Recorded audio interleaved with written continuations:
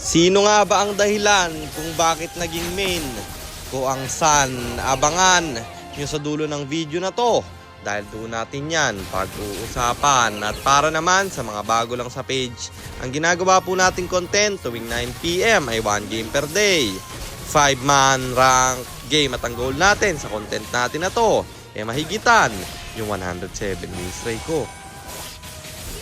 Hi guys, nandito na tayo sa 565th day ng 1 game per day, and ang standing natin bago yung game na to ay 475, 89, 475 wins and 89 losses. At uulitin ko sa mga hindi pa nakakaalam, may ang gagamitin natin sa 1 game per day men Hayabusa at Bruno lang. Na-open yung Haya kaya auto lock na tayo dito. So ayon, nandito na tayo sa pang 565 araw ng isang game kada araw. Digmaan na! Ang rotation na ginawa ko dito ay red first, pero ang ikot ulit natin ay papunta sa baba dahil inubos ko yung green farm. Pero montik na tayo doon nabigyan kasi rumes po yung link ng kalaban, pero yung kanilang pinitas at akin siyang naabangan. Kumapit yung second skill ko, pati ultimate ay siya aabutan. Kaya naman yung turtle ay aking sisimulan, kaso lang napalalim kasi tatlo agad sila men. Biglang may gumulong pre at ang sakit nung first kill ni Matilda. Pero pagbalik, lamang kami sa pwestuhan kasi napatay ng kampi ko yung dalawa at yung turtle libre naming nakuha. Kukontest pa sana yung back siya dito, pero pwesto niya ay napasama. Ultimate ng Ling bibitawan pero sobra niyan slow hands kaya siya pa yung nabigyan. Sabay diretso sa top, hahabulin ko sana yung iritel nila. Kaso lang trap na ako, kaya bumalik man ako o hindi, mabibigyan rin nila ako. Tinry ko na lang yung isugal, pero hindi ko inabutan yung iri, kaya sa sushin na lang tayo bumawi. At iritel, tinry pitasin, montik pa siyang mabigyan. In-out ko na lang, kaso wala na. Akong shadow na natira, namatay yung iritel nila, kaso bagsak rin ako dito. At walang nagde-dep sa gitna guys, kahit wala akong second skill, inultian ko na. Kasi sobrang halaga sa akin ng Torre sa gitna. Kaso lang, nung nakabalik yung mid lane, mas inunang dumamage sa kalaban kaysa i-clear yung minions man. At baliwala lang yung sacrifice ko doon. Pero may bawi kaming gagawin kasi ang ganda ng sipa ng Chu. Iritel lang mapipitas at makaka-out pa ako. Siyempre nakabawi na tayo ng konti kasi iritel yung napitas. Kaso lang, ako na naman ay napasama. Nabato ng sushin, patay na naman ako. Siyempre babawi tayo. Matilda aking pinuntirya, hinila ko siya paloob. Napitas pala ng Granger namin yung link ng kalaban, kaya lamang kami dito sa pwestuhan, pulahan yung roamer nila at mabibigyan pa siya. Kaya yung Lord dito ibaburst ko na. Backshot at try pang kumontes. May iritel din sa likod.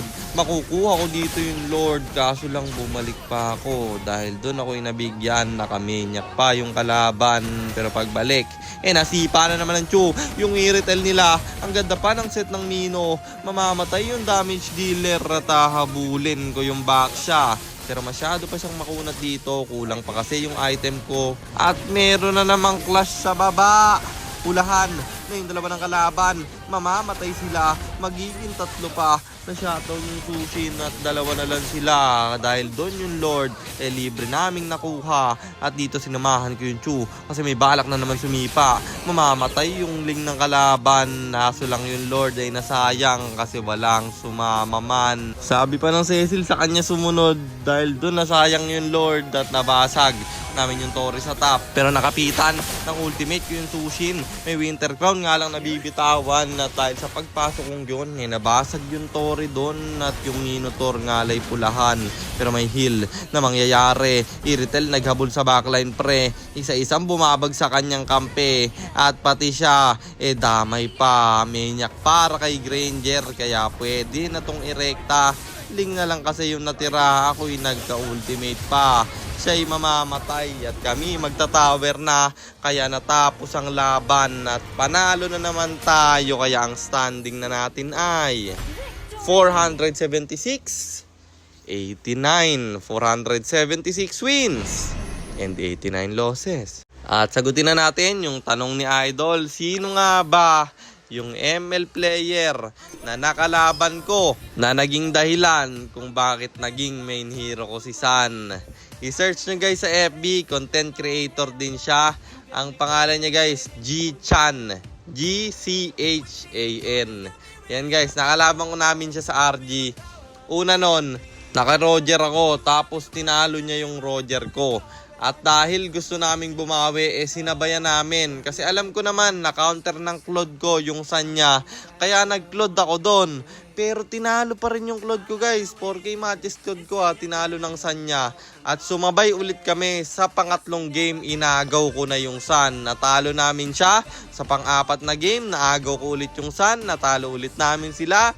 At yon, nung panlima, hindi na sila sumabay. Doon na nagsimula yung pag-spam ko ng Sanman. At yun lang, sana nasagot ko yung tanong mo idol, at sana rin meron kayo natutunan sa content natin na to. Kung meron man, pakishare lang. Then after nyo i-share, mag-comment na rin kayo ng pa-shoutout para ma-shoutout ko kayo sa mga next nating content. At i-comment nyo na rin ang inyong mga katanungan, kasi baka malay mo sa next nating content comment mo naman ang mapili ko. At kung nagustuhan nyo yung item at emblem na gamit ko sa game na yon, eto yon: Cooldown Boots, Hunter Strike, Endless Battle, Malefic Roar, si Halberd, Blade of Despair, at syempre Rose Gold Meteor, pang buy and sell. Emblem natin Assassin, talent natin is Swift, Master Assassin, plus Warcry, at syempre Retribution, kasi jungle tayo doon. At para naman sa mga gustong magpapilot ng ML account, mag-PM lang kayo, nagre-reply ako. At syempre, may bayad yon. Kahit hanggang anong rank pwede nyo ipapilot,